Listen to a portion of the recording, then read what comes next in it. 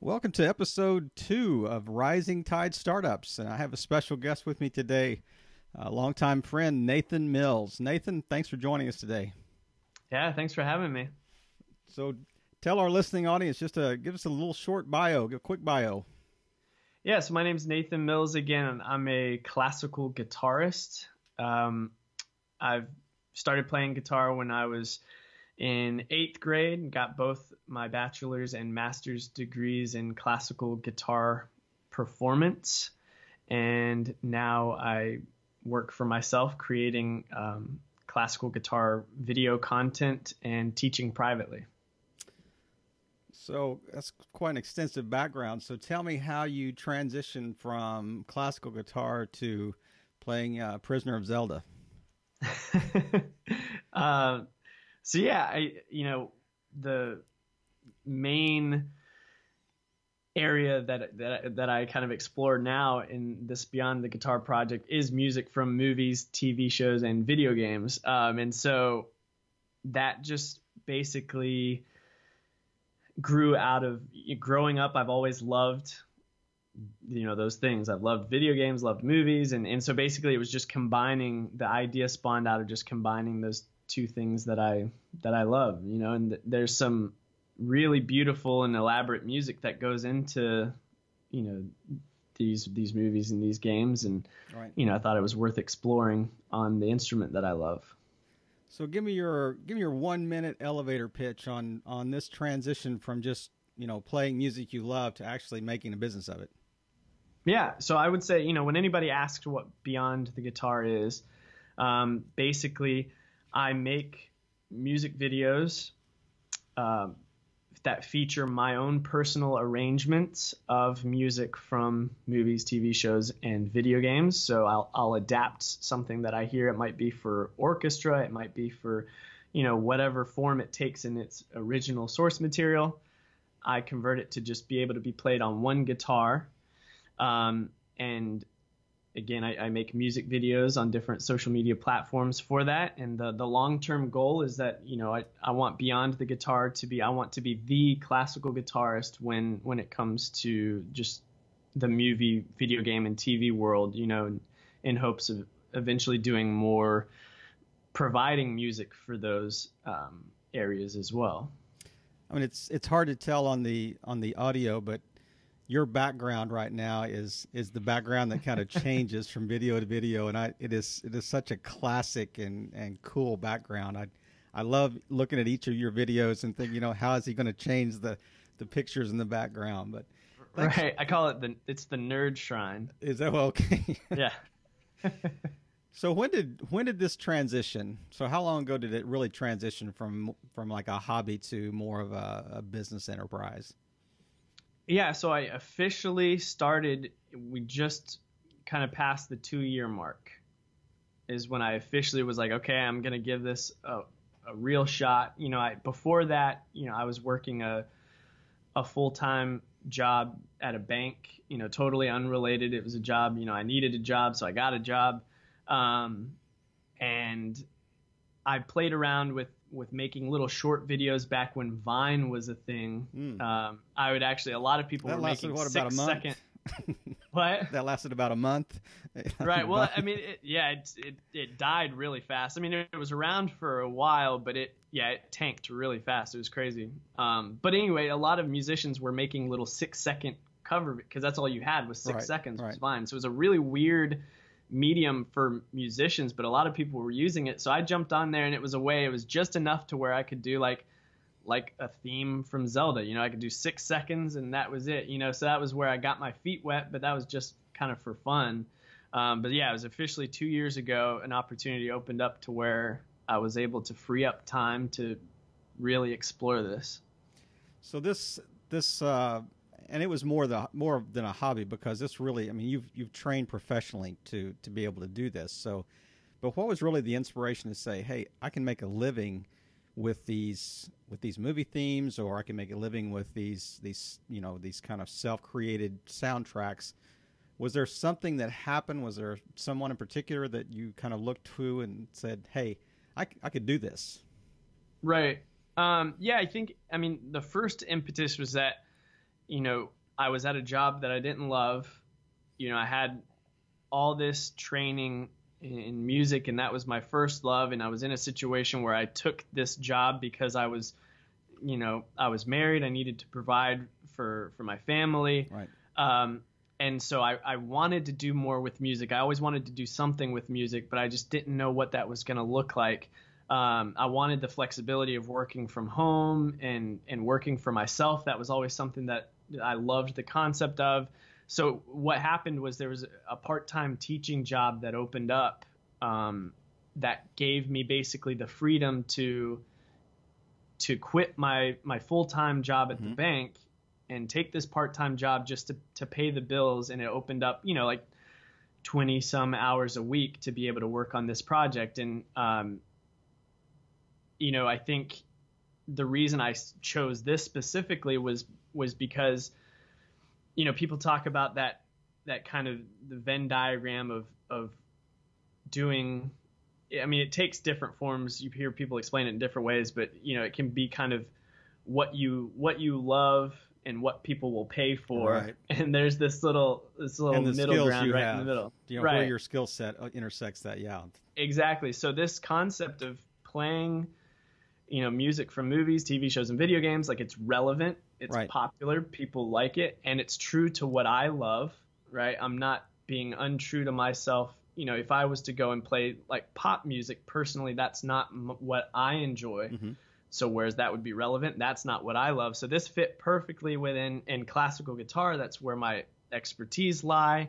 So I knew it was something that had potential. People have done it in the past, mostly on other instruments. There haven't been right. too many really guitarists who have risen up in this niche. And so I knew there was potential there. And, I think just seeing other people making it with other instruments, I was like, you know what, it's kind of a now or never type situation. I just need to try it. Otherwise, I'll regret it. Mais tu parles français aussi? Un peu.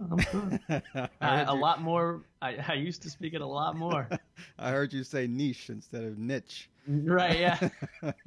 I always forget, what it's great. The Americanized version. Absolutely great. Yeah, we appreciate the French pronunciation on our podcast. You're very welcome. We're eclectic. We're international. That's right. So, where did the name Beyond the Guitar come from? Yeah, so I'm so bad at naming things. I released, obviously not. Well, but I thought about it. It was this process that took a long. I was racking my brain, brainstorming this name. And it was also like sometimes artists will just go by their actual name, so I could have just been, Nathan Mills Guitar or something, but, I wanted it to be more of a brand so that eventually I could pivot to more instructional content and stuff like that. And so I thought it'd be a better fit to actually just have more of a brand name. And so Beyond the Guitar spins off the concept of basically that I'm just playing music from beyond the guitar's normal scope, right? So I'm not playing music that you would typically hear on the guitar. And it plays on the concept as well of trying to kind of push the limits of the guitar as well. If I play Star Wars music, for example, that's normally for a full orchestra, and I'm trying to boil it down to one guitar. So that is, you're kind of forcing yourself to push what's possible with just one instrument and two hands. All right. We're going to touch on this near the end of the interview, but our listening audience, I would highly encourage you to go on YouTube and search Beyond the Guitar and just take a sample of the multitude of videos that are on there and just see the talent level. You're going to really wonder how I got this guy on my podcast as our first interview, but it is amazing the work you do. So let's transition a little bit to like the financial goals that you had in mind. A lot of people will say, well, when my side business reaches, 75% of what I was making with my day job, I'll transition. Or did you have anything in mind like that when you were going through the last couple of years and think, okay, when can I make the switch completely? Yeah. So it's kind of happened in phases. So the first phase was, like I talked about, I totally left the day job. We did, my wife and I at the time it was just us. We do have an 18-month-old now, but at the time it was just us. And so we did take a bit of a pay cut by leaving that and taking on the part-time job. So there was a bit of a gap to fill. Basically, the goal, we knew that things were going to be slow for a while. The main goal that we put was that within, I think we said it was either we were going to revisit it in a year and a half, just to see. I didn't put any really strict financial goal on it. It was because, again, I knew it was going to take time to build back to where I needed it to be. But we basically just said if it looked like it was growing in a year and a half to where it could be sustainable, we're going to keep it going, keep grinding.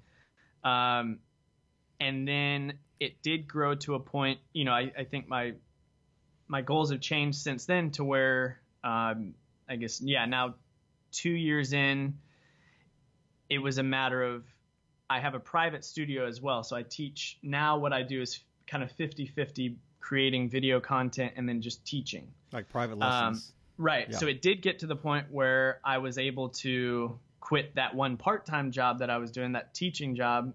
So then it was just purely private studio and making videos. So at that point, it was a matter of just the numbers. The goal was to replace that income. And so, I mean, we've gotten to the point now 2 years in, where we've met every goal that we hope to meet as far as sustainability. So, Well, so let me ask you this. Were you surprised that you met those goals as quickly as you did, or did you really see that there was a pathway that I was on, that it was a kind of a steady increase? I could see that other artists had done this, or you really woke up one day and said, wow, what happened? Yeah, I think I was very surprised. I mean, I talk about it all the time to my wife, Becca, and, sometimes it just hits me like, I honestly just can't believe that what I'm doing is working. Because, I mean, nothing happens overnight, and there's still, there's still lots of ways that I'm like, oh man, I really want to grow here, and I wish this was moving faster. And you can think about all these different things, but at the end of the day, this is what I'm doing for a living. And so sometimes it just hits me, and I'm like, wow, like I really didn't expect in 2 years to be where I am. And a lot of that going into it, I had a lot of doubts just in terms of, you hear, especially in the music industry, there's a lot of people who are really skeptical, and they're kind of bitter because things haven't worked out for them. And so they kind of impose that on you. And so there's all this doubt whenever you try to do something less conventional. But also initially my concept was to be more instructional at first. Right. And I've had to put that on hold for some different issues like copyright and stuff like that. And so then I was even more surprised to know that I was able to make this, the value that I provide is purely, it's just by giving music. So it's purely whatever value people get out of my music. I'm not providing any sort of, instructional content or anything like that. So I was definitely surprised that, I was able to make a living purely just by, however you want to label it, entertaining people, basically. Right. That was the big shocker too. So that begs the question: what are the copyright laws on what you do? How do you operate within the confines of the constraints of the music industry? If you're using some of their soundtracks and. Yeah, it's a mess. I was terrified going into it because there's so much gray area, when it comes to fair music use laws and stuff especially. like that.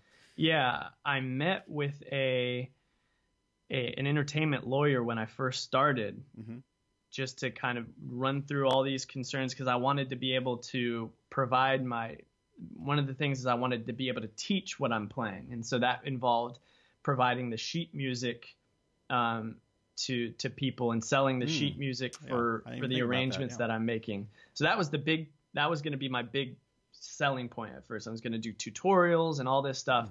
And basically for any type of of media, whether I'm providing the sheet music, whether I'm making videos, whether I'm making recordings, if I'm using other people's copyright material, there's a specific license you need for each of those. And it's incredibly difficult it's the most difficult to get the print licensing to give the sheet music. The video licensing is also very difficult and expensive. There's a lot of platforms that handle the recording license. So if I want to do a cover album, right, that's a lot easier now because there are companies that kind of automate that and they'll do the licensing for you. But as far as, video and the print, there's not as much. That kind of hasn't kept up with. So basically what happens, like on YouTube, when I put up a YouTube video, technically I need the permission of whoever owns the copyright of, if the song that I'm covering to be able to put that video up technically. Right. Now, pretty much nobody does that because it's just not practical to have to wait, and there's just not the proper steps in place. And so basically what you just do is you put your video up on YouTube, and worst case scenario, the algorithm will pick it up, and the copyright holder will most often just share revenue with you. Right. They'll share ad revenue. Worst case scenario, they'll tell you to take it down, but I've never experienced that. Yeah. So I think it's kind of, the industry seems to have embraced this gray area to where it's like, we could sue you, but we probably won't. Right. And it's like, I mean, do you give attribution to the artists on the videos, or is it just kind of understood attribution? I mean, I don't know. In my video descriptions, I'll always put like who the composer is. Right. And because of course I want to pay respect to that as a musician myself. Sure. I would hope that people would give me that same respect. So yeah, most definitely. And I lots of times end up talking to the composers as well. And anytime I've had an interaction with a composer whose music I've performed, it's always really positive. So it really is. I mean, ultimately it's a win-win. When I play this type of music, it ends up getting people excited about that game, and I want to buy this game now, or even the original soundtrack. Yeah. Right. So really it is a win-win. I feel like the only time something really negative happens is for whatever reason when some publisher decides to make an example of somebody, So yeah, there is always that fear that something, they could try to go after me for something, but again, so many people are doing it, and it seems like everybody's kind of embraced, like I said, this gray area. Might reduce YouTube to like 8 videos of puppies or something. Exactly. Yeah. I mean, there's so much, so many cover videos out there again. And again, it's a win-win. So yeah. Yeah. But there's so few good ones. I mean, there's so many covers and so few good ones. So right. You got to sift through a lot of duds. So tell me let's kind of circle back here. Tell me your lowest point since you started Beyond the Guitar from a business standpoint. Yeah, I think that actually revolves around what we were talking about when I was first back in the early phases. Probably the first 6 months, I was still wrestling, trying to figure out how to make this, instructional, and trying to get all the licensing for all of these, to get the print licensing to be able to publish these, the sheet music on a wider scale. Basically, I ended up working individually with this one publisher who used this middleman for their licensing. And so I approached them. I said, hey, I want to sell the sheet music for my arrangement of your song. How do we go about doing that? And so I was going through the process with them. It was going to be, the publisher was going to take 50% of the sales. The middleman was going to take 25% of the sales. And so I was going to be left with 25%. So I was already wrestling with that. Like, that was a pretty hard hit. And then the middleman, who shall remain nameless, really were not holding up their end of the deal. They were slowing down the process. I had already navigated through one of these processes before without a middleman. And so I was like, we really don't need you, and you're slowing things down. It was supposed to go up, and they made a mistake and delayed it. So I actually went to the publisher myself and said, hey, like, these guys are slowing us down. Yeah. Can we just work something out ourselves? And word got back to the middleman, and basically they threatened to, sue me for slander and all this stuff. And they sent me this long email, basically just bullying me down. And it was my worst experience in the music industry. Just really, the first time I just really went head to head with somebody that had zero compassion for what I was doing whatsoever, because I was trying to do it the right way. So many, the majority of the times people will just sell their sheet music without trying to get permission or anything like that. And so I was desperately trying to do it the right way. I was getting roadblocks every which way. And then I got told basically, like, you need to keep your mouth shut or we're going to, take you for everything you're worth. Wow. I was like, whoa. And so that just hit me really hard, because it made me question everything that I was doing. And so, yeah, if there was a low point, it was definitely that. Well, I think you touched on it. I mean, I've known you for a long time, and I know your character, and I think that, you said that you were trying to go through the proper channels and you were trying to operate in the light or above board, so to speak. And it's difficult to, when you encounter that in the business world, and we're going to encounter that, often, sadly. But, I appreciate you trying to take the high road and trying to walk, through that in a way that shows character.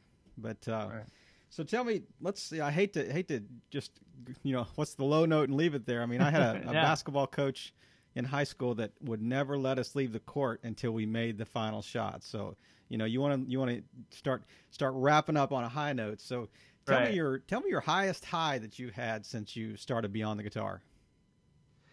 There's been a lot of exciting things, where it's creating this type of content. It's kind of like a roller coaster, is where, you can have a video that performs really well and all this crazy stuff that's happening, and the buzz and the hype around it just gets you super excited. Every little like that you're getting just is a little endorphin rush, like all the the way that it's works, dopamine or something. Right. So you're kind of like, and then of course that dies down real quick, the way the internet works, and so again, it's a roller coaster. So there's been a lot of really cool moments like that, but I'd say probably the moment was kind of touching back to what we talked about before, where I realized that this is my job. It was like one night I remember. I'd already quit the part-time job that I took to start this thing. So I was basically, my videos and my private teaching had already come to the point where it was totally self-sustaining. So I'd already reached the point where this was my job, and it was probably like, a month or two later that I just had this realization. I was sitting working on an arrangement, working on some music at like midnight, and it just hit me that like this was literally my job. Wow. And here I am working at midnight, and it didn't even faze me at all. I was like, if I was working in my previous job at midnight, I would have been miserable. I would have been like, why am I doing this? Why am I at midnight? Well, if you were at the bank at midnight, you might have been arrested. So right. Yeah. But so, yeah, I think that was like having that realization of just how fortunate and blessed that I was to be in that position, to be doing what I love, and for it to be sustainable, for it to be putting food on my family's table, and to just be at the point where work didn't feel like work. Right. Of course, there's always aspects of the job that feel like work, but Sure. at that moment it was just like I was just enjoying it, and yeah, it was just a really cool moment. That was a couple months late, but well, yeah. The adage that says, find what you love and you'll never work another day in your life, that's true to a point, but certainly there's drudgery tasks in everything that we do. So there's admin stuff, there's, bookkeeping, all the things you got to do to get prepared to do your art, so to speak. Right. Yeah. There's many parts of this job that I'm not good at and that are not lie within my passion, but it's worth it for those parts that do fit. Absolutely.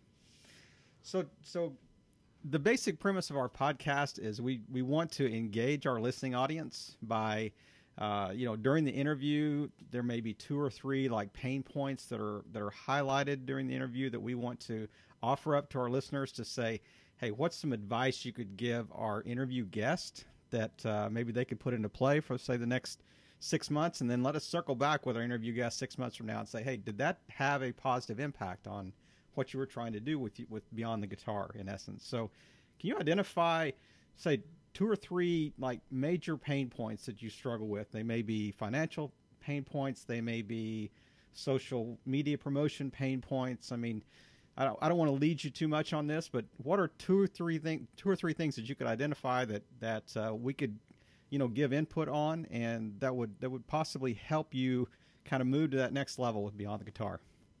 Right. Yeah, I think probably number one would be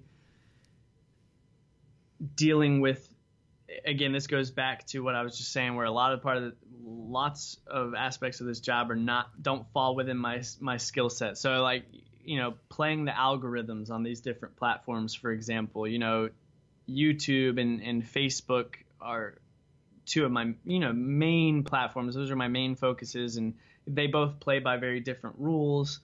And, it's kind of a mystery figuring out exactly how they operate, how to make sure you're showing up where you need to show up in terms of suggested videos and recommended videos, how long your video should be, how to make sure that, everybody's engaging with your content so that it shows up, high in the search rankings. All those types of things I'm kind of figuring out as I go. But that's been because I am an analytical person to a point, mm-hmm. but not to the extent where, some people can really nerd out about figuring out these algorithms and hacking right. these algorithms, and they get excited about that, and that's not where I'm at. So it's always been kind of a struggle to just kind of figure out how to make those things work for me. So that'd probably be number one.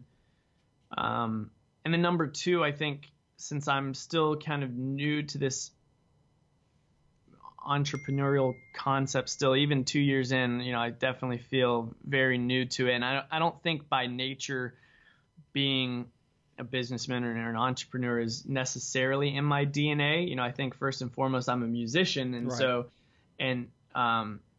not all of those skills go hand in hand. I think that's where a lot of musicians suffers because, we spend so much time developing these skills with our music that we're not necessarily very skilled or knowledgeable when it comes to how do we really market ourselves and how do we, all these concepts. So I think, mm-hmm. Number two would probably mainly be balancing my roles as an entrepreneur. Like, how do I find that balance and workflow efficiency to be able to, manage my time through all these different hats that I have to wear. Right. As well, like I'm not a social media guru either. So, it's figuring out exactly like how much where time and to when spend. to post. Right. Yeah. When to do. Yeah, absolutely. Right. Absolutely. So the two that, if we had to boil these two down, the first would be like best ways to maybe promote the video to cause it to rise in the rankings, cause it to increase visibility, those types of things. It's really,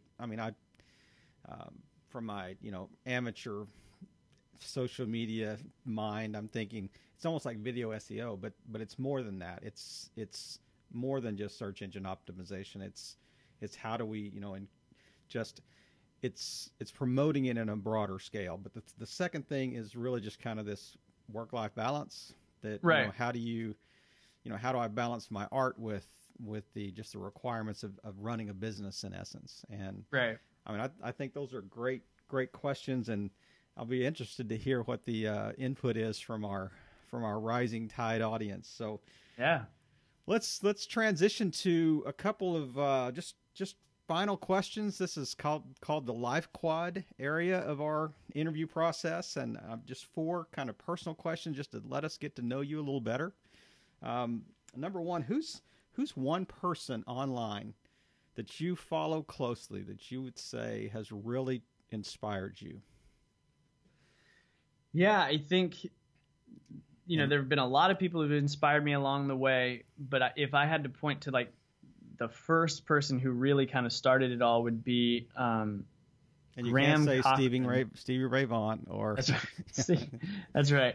Eddie Van Halen. Yeah, that's right. No, so Graham Cochran, he runs the recordingrevolution.com. So I met Graham back through when I used to play in the worship band for my church. We recorded an album. This was years ago, back when I was still in college. We recorded an album, and we just recorded it in my home. And we brought in this guy, Graham, who was he was a producer, and he helped us produce the album. And he was affiliated with our church, but he was in another location in Tampa. And so I met him then, and I knew he had this blog. He had the Recording Revolution blog. I thought it was kind of a side gig, a side hustle, which at the time it kind of might have been. I don't remember exactly his timeline. But then years later, this was like probably 6 months before I decided to start Beyond the Guitar.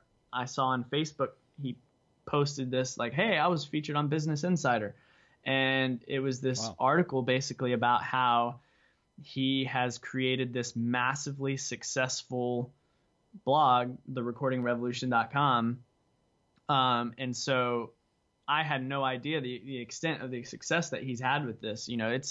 It's his bread and butter and beyond. That's all he does now. And it just that's what kind of hit me to where I was like, wow, like, this is possible, because it was the first person that I knew who had kind of struck out into this, online music entrepreneurial space. Right. And, he wasn't only succeeding, but he was succeeding in spades. He was doing very well. And, I was really excited for him when I heard that. And it just, it gave me hope to be like, hey, like, there's no guarantees, but, if he can do it, there's a chance that I can too. And of course he had a great story too. He got laid off he worked for a startup, and then he was like, I'm just going to start this blog. And, over time it built from there. So it was a very, just his story really inspired me as well. Wow. So what's a life quote that you would say that you try to live by? Just a kind of a one-line quote, and why is that special to you? Yeah. I've got a bunch of quotes that you can have more than one, but yeah, I have a bunch of quotes that I kind of try to keep readily available. One that's become, let's see here, I'm going to pull it up. I have them like on my ready to go, like on my notes here for when I need some good reminders.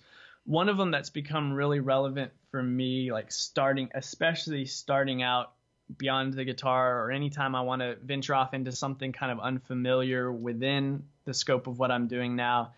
It's this Shakespeare quote that I actually came across. I wish I could say that I just read Shakespeare and like, oh, this is nice. This is a good quote. Reading Shakespeare. I'm sure it was like an inspirational Instagram post or something probably. But bumper sticker. That's right. But it goes, our doubts are traitors and make us lose the good we oft might win by fearing to attempt. Wow.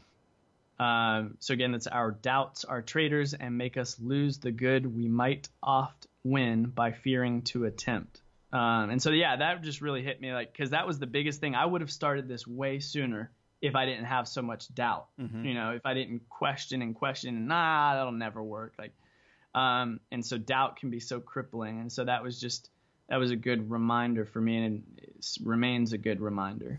That may lead into the next question. So what advice would you give your Beyond the Guitar self if you could go back and advise Nathan Mills 2 years ago and say, okay, do this instead? This is something that you need to really keep in mind. Yeah, that it exactly leads into it. I think it would be start sooner. Yeah, like just start. Even once I'd finally stopped making excuses and I finally was like, all right, I'm going to give this a shot. Even then, I spent the better part of a couple months probably just like prepping and researching and, all this stuff just to like postpone, just because I just like, I'm not ready. I need to make sure this is perfect. This is perfect. This is perfect. Honestly, if I could go back and tell, college Nathan, I would say start now. Like it's never, and that's what, that's what I tell anybody who asks me for advice, like especially young, like guitarists who are studying, getting their degrees now, and they're asking for advice, career advice. I say like start now. Like it's never too early. You know, we feel like we're in this kind of bubble, especially in college, where okay, we're just preparing, you know, getting my degree, but you know, especially the way the world works now with social media and you know, you have access to a worldwide audience. It's never too early to start. So. Right. There's a great Reid Hoffman quote, the guy that started LinkedIn. And he said, if you're not embarrassed by your first product, you've waited too long.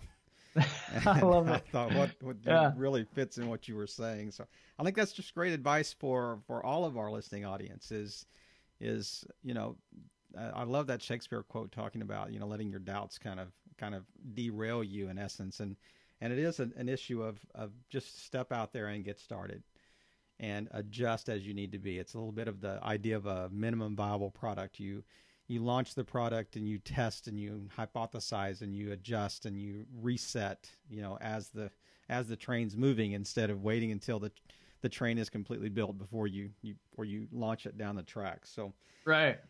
So is there anything else that our listeners would like to know about you that I haven't asked? Is any other unique little tidbit that you want to add to the end of this interview?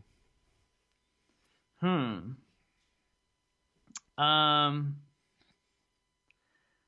don't know. You know, I'm basically just a nerd who sits down in my man cave and makes music. Just you know, most of the time.